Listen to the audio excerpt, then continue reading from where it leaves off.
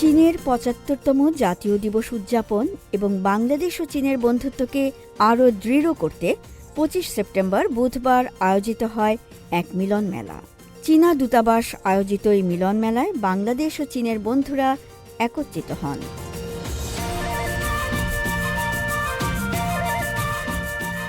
বাংলাদেশের মানুষের অধিকার রয়েছে নিজেদের উন্নয়নের পথ বেছে নেয়ার।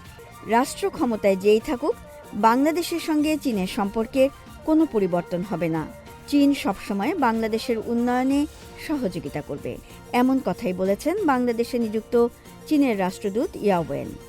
গণপ্রজাতন্ত্রী চীন প্রতিষ্ঠার ৭৫তম বার্ষিকী উপলক্ষে ঢাকার ৫ তারকা একটি হোটেলে চীনা দূতাবাস আয়োজিত এই বর্ণাঢ্য অনুষ্ঠানে তিনি এসব কথা বলেন। অনুষ্ঠানে প্রধান অতিথি হিসেবে উপস্থিত ছিলেন বাংলাদেশের অন্তর্বর্তীকালীন সরকারের অর্থ ও বাণিজ্য উপদেষ্টা ডক্টর সালেহউদ্দিন আহমেদ। বাংলাদেশ ও চীনের মধ্যে খুব ভালো সম্পর্ক বিদ্যমান। তারই ধারাবাহিকতায় আগামী বছর দুই দেশের সম্পর্কের ৫০ বছর উদযাপিত হবে। চীন বাংলাদেশের সবচেয়ে বড় বাণিজ্যিক অংশীদার। আগামী দিনে দুই দেশের মধ্যে আরও বাণিজ্য বাড়বে। অনুষ্ঠানে স্বাগত ভাষণে বাংলাদেশ ও চীনের সম্পর্কের গভীরতাকে তুলে ধরেন রাষ্ট্রদূত ইয়াওয়েন।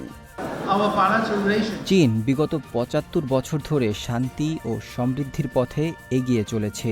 একই সঙ্গে চীন বাংলাদেশ গভীর বন্ধুত্ব তৈরি হয়েছে। অনুষ্ঠানে চীনা মেডিকেল টিমের সদস্যরা উপস্থিত ছিলেন। টিমের সদস্যরা মঞ্চে এলে সবাই তাদের করতালি দিয়ে স্বাগত জানান। বাংলাদেশের উন্নয়নে সহায়তা করার জন্য ১০০% পণ্যকে আগামী ১ ডিসেম্বর থেকে চীনের বাজারে শুল্কমুক্ত প্রবেশাধিকার দেওয়ার কথা অনুষ্ঠানে উল্লেখ করেন রাষ্ট্রদূত। শুধু বাণিজ্যিক সম্পর্কই নয়, বাংলাদেশ ও চীনের সাংস্কৃতিক সম্পর্ক আরও এগিয়ে যাচ্ছে। চীনের ৭৫তম জাতীয় দিবসের এই অনুষ্ঠান অত্যন্ত তাৎপর্যপূর্ণ। ভবিষ্যতে বাংলাদেশ ও চীনের সাংস্কৃতিক সম্পর্ক আরও বৃদ্ধি পাবে। অনুষ্ঠানে বাংলাদেশে কার্যরত বিভিন্ন চীনা প্রতিষ্ঠান ও সংস্থা নিজস্ব বুথের মাধ্যমে তাদের কার্যক্রম প্রদর্শন করে। চায়না মিডিয়া গ্রুপের বাংলা বিভাগের ঢাকা স্টেশন তাদের নিজস্ব বুথে অতিথিদের স্বাগত জানায়। অনুষ্ঠানে বর্ণাঢ্য সাংস্কৃতিক পরিবেশনা করেন চীনের ইউনান প্রদেশ থেকে আগত শিল্পী দল।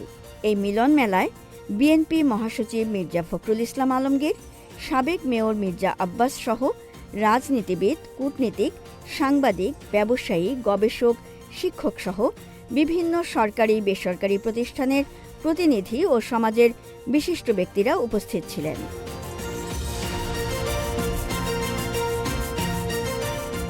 চীনের জাতীয় দিবস ১ অক্টোবর। দিবসটিকে সামনে রেখে এই জমকালো আয়োজন করে ঢাকাস্থ চীনা দূতাবাস। শান্তা মারিয়া, সিএমজি বাংলা।